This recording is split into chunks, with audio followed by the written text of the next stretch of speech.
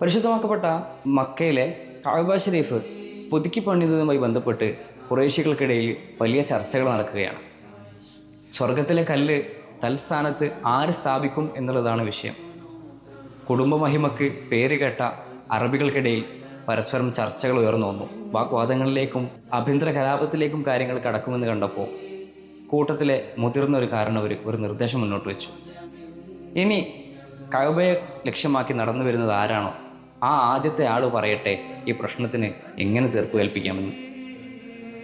തദവസരത്തിലാണ് ഹബീബായ തങ്ങൾ ആ സദസ്സിലേക്ക് കടന്നു വരുന്നത്.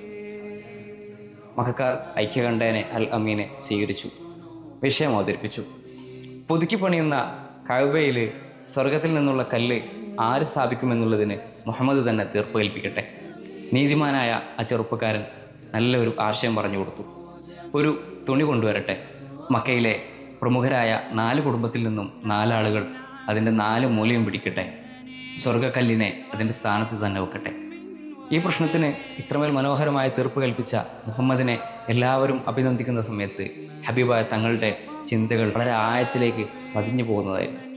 ഇത്രയും നിസ്സാരമായ ഒരു വിഷയത്തിന് വേണ്ടി പരസ്പരം കുടുംബങ്ങൾ തമ്മിൽ കലഹിക്കുകയും ആഭ്യന്തര കലാപത്തിലേക്ക് തന്നെ ഒരു നാട് നീങ്ങുകയും ചെയ്യുന്ന സാഹചര്യത്തിൽ എത്രത്തോളം ഇടുങ്ങിയ ചിന്താഗതിയിലാണ് മനുഷ്യൻ ജീവിക്കുന്നതെന്ന് അള്ളാഹുവിൻ്റെ തിരുദൂതർ ആലോചിക്കാനും മനസ്സുവേദനിക്കാനും തുടങ്ങി.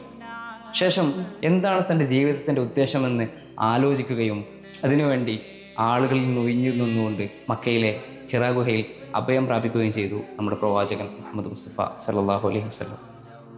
ഹിറാ ഗുഹയിലെ ഈ ചിന്തകളിൽ നിന്നാണ് നുബുവത്തിൻ്റെ പടവുകളിലേക്ക് ഹബീബായ തങ്ങൾ കയറി ചെല്ലുന്നത്.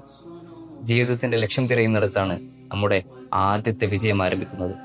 എന്തിന് എന്നുള്ള ചോദ്യത്തിന് ഉത്തരം കിട്ടിയാൽ എങ്ങനെ എന്നുള്ള ചോദ്യം വളരെ എളുപ്പമാണ്. നമുക്കും ചിന്തിക്കാം, മനോഹരമായൊരു വ്യക്തിത്വം നാം എന്തിനാണ് രൂപപ്പെടുത്തുന്നത്? അങ്ങനെയെങ്കിൽ ഏറ്റവും മനോഹരമായ വ്യക്തിയാവാൻ നമുക്കുള്ള വഴികൾ വളരെ എളുപ്പമായിരിക്കും.